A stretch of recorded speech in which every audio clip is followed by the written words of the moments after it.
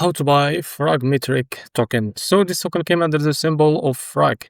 Now before we start, this is not financial advice, I'm not professional or economic expert. So before investing in any project that you found on my channel, please do your own research.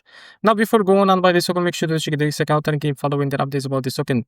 So this token is available on Mexc. So first of all, what you need to do is just go and open your Mexc account like that, as you can see. Now from the search bar, click here. But before that, if you don't have an account on Mexc, go down description and you will be able to find the referral link and create an account on Mexc to benefit from rewards. So after that, what you need to do is just click here on the search bar and type FRAG like that. Now wait a few seconds, and as you can see, make sure to select the spots, this pair that have USDT. And after that, wait a few seconds to load this page. Now, as you can see, you need to wait 20 to 21 hours from now.